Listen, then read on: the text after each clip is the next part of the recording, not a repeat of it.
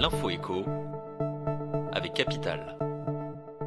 Et on commence avec l'info pratique Capital et une question. Peut-on enlever son masque dans une zone réglementée pour manger une gaufre par exemple? La réponse est non. Une femme en a fait les frais le week-end du 15 août à Ouistreham en Normandie. Elle a été verbalisée parce qu'elle avait enlevé son masque pour manger une gaufre alors qu'il était obligatoire de le porter. Résultat, 135 € d'amende. On ne peut pas non plus enlever son masque pour fumer ou téléphoner. Il y a des ajustements en fonction des situations, notamment les matchs de football par exemple. À Caen, les buvettes seront ouvertes au stade Michel Dornano le samedi 29 août pour le premier match de la saison de Ligue 2. Les spectateurs devront garder leur masque jusqu'à leur place et consommer ce qu'ils ont acheté une fois assis. Le chiffre du jour, 11 millions, c'est le nombre de Français qui paient chaque année avec des chèques vacances, mais il est plus difficile de les utiliser, leur format papier ne facilite pas la tâche et avec la crise sanitaire c'est pire. Il faut se déplacer par exemple au Louvre pour payer sa place et réserver pour revenir ensuite pour sa visite.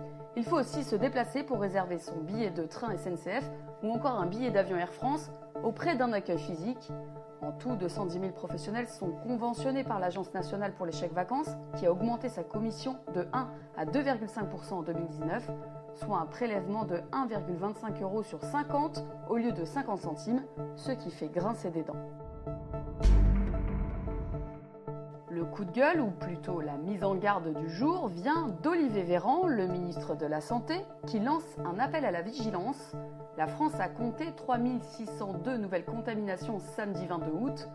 Il ne parle pas de reprise de l'épidémie car elle ne s'est jamais arrêtée, ni de deuxième vague de Covid-19. Le virus circule 4 fois plus chez les moins de 40 ans que chez les plus de 65 ans, précise le ministre, qui rappelle aussi que les jeunes sont souvent porteurs sans symptômes et ont rarement des complications médicales. Attention, ça ne veut pas dire qu'ils ne peuvent pas en faire et qu'ils sont à l'abri, alerte Olivier Véran.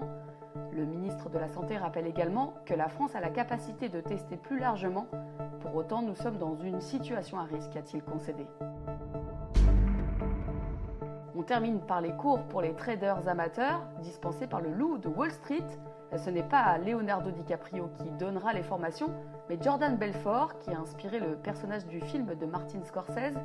Il s'est associé avec la société de formation de traders, Raging Bull, pour dispenser des Wolf Mentality Lessons, leçons pour devenir un loup, à des investisseurs amateurs.